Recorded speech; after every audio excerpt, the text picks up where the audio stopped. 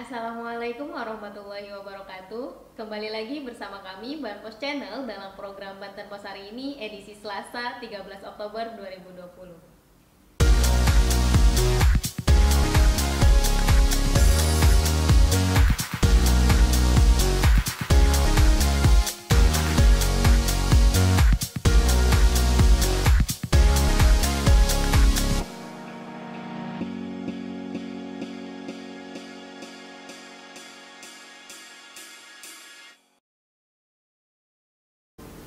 Saya Irat Suirat, saat ini bersama dengan pimpinan redaksi Banten Pos, Bang Chandra Maga, yang akan menyampaikan ringkasan berita pada koran harian Banten Pos edisi hari ini. Tapi sebelum lanjut, jangan sumeh ya untuk subscribe channel YouTube Banpos karena banyak video menarik lainnya yang tayang pada channel YouTube ini.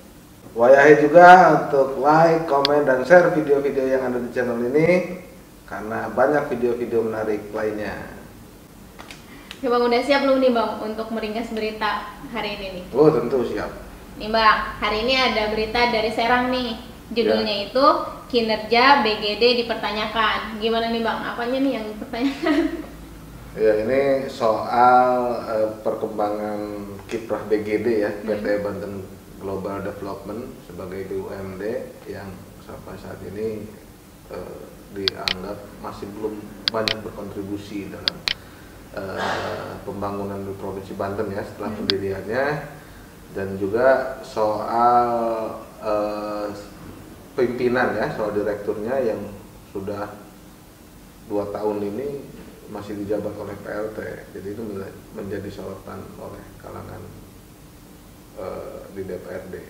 Berita selanjutnya dari Pandeglang nih Bang. Ya. Judulnya itu demonstran diburu untuk diswab. Ya ini seru sekali nih. Ya ini terkait sama demonstrasi penolakan Undang-Undang Cipta Kerja minggu kemarin ya. Iya. Nah ini Dinkes Pandeglang ini menyasar para demonstran untuk melakukan tes swab ya, untuk mencegah penyebaran COVID-19 dari para demonstran, karena kan ketika demo itu protokol kesehatan itu cenderung terabaikan gitu ya, baik masker, baik jarak, kan? Nah itu diantisipasi dengan melakukan swab. Gitu. Sekarang kita ke halaman utama nih Bang. Oh boleh. Jadi di halaman depan dulu nih Bang. Halaman depan itu ada 2 berita korupsi nih Bang. Nah iya. Yang pertama itu dosen Untirta tersangka korupsi Interdes. Wah ini lanjutan dari kemarin juga nih Bang. Iya. Gimana nih Bang perkembangannya? Jadi kemarin ini Kejaksaan Tinggi Banten menetapkan 4 orang tersangka ya terkait sama proyek internet desa. Setelah sebelumnya kan sudah 1 tersangka ya, mantan kepala Dinas Perhubungan Provinsi Banten. Nah kemarin ini ada tambahan 3 tersangka, yang salah satunya adalah dosen di kampus negeri di Banten. Oh iya Bang. Terus nih Bang, yang kedua nih Bang, kan tadi udah bilang ya kalau berita tentang korupsi itu ada 2. Nah, yang kedua itu dugaan Tipikor Dimdikbud dilaporkan. Gimana nih? Ini juga sebenarnya lanjutan dari berita kita sebelumnya ya. Sebelumnya kita pernah mengangkat berita tentang dugaan korupsi pengadaan tablet, HP ya, HP tablet yang ada di Dindikbud di KCD Lebak. Nah ini kemarin dilaporkan oleh salah satu lembaga ke Kejaksaan Tinggi Banten juga. Tapi dalam pelaporan ini ada 2 KCD yang dilaporkan ya. Jadi 2 yang tersangka gitu? Belum tersangka, dilaporkan. Masih baru dilaporkan. Dilaporkan. Ada KCD Dinas Pendidikan Kabupaten Lebak dan KCD Dinas Pendidikan Kabupaten Pandeglang. Oh jadi ini ya merambah ke Pandeglang juga? Iya, merambat ya. Sini Bang, ada lagi nih Bang, judulnya itu dipanggil Bawaslu Makir, Tatu pilih kampanye. Ya. Wah ini tentang kampanye nih. Ya ini kan masih soal dugaan pelanggaran kampanye yang dilakukan oleh Ketua DPRD Kabupaten Serang dan beberapa oknum ASN. Nah kaitannya kemarin ini kan calon petahana dipanggil oleh Bawaslu. Sebenarnya ini panggilan kedua ya. Panggilan kedua sebelumnya hari Minggu kemarin dia dipanggil tapi tidak datang. Nah, kemarin dipanggil lagi tidak datang juga. Nah ini tidak datang tapi petahana ini kan memilih untuk tetap melakukan kampanye.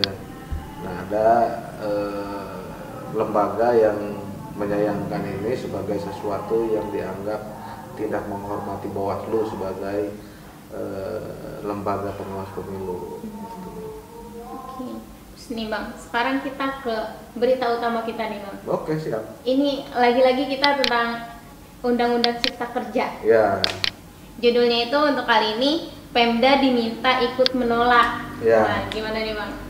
Ini kan lanjutan dari berita kemarin ya. Setelah kemarin kan ada politisi, termasuk ada beberapa kepala daerah secara personal ikut menyuarakan penolakan ya. Tapi kelompok-kelompok mahasiswa, kelompok buruh ini inginnya pemerintah daerah tingkat kabupaten, kota maupun provinsi ini melakukan penolakan secara resmi melalui surat kayak gitu ya? Melalui surat, karena sebelumnya juga sebenarnya sudah ada beberapa yang mengirimi surat, tapi anggapan mahasiswa dan buruh itu hanya sekedar meninabobokan karena tidak secara tegas menyatakan bahwa pemerintah ikut menolak.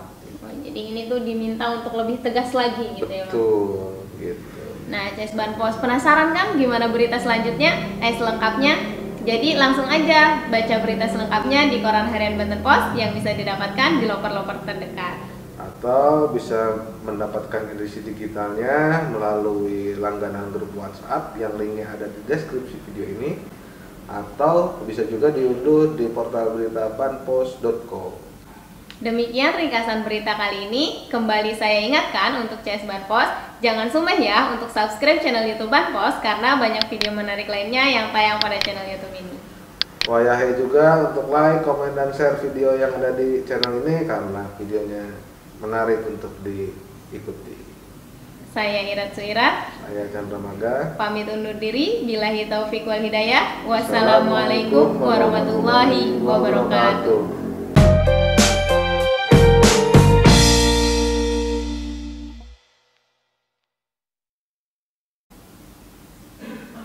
Halo Irat. Halo Bang, wayahe Bang. Oh iya.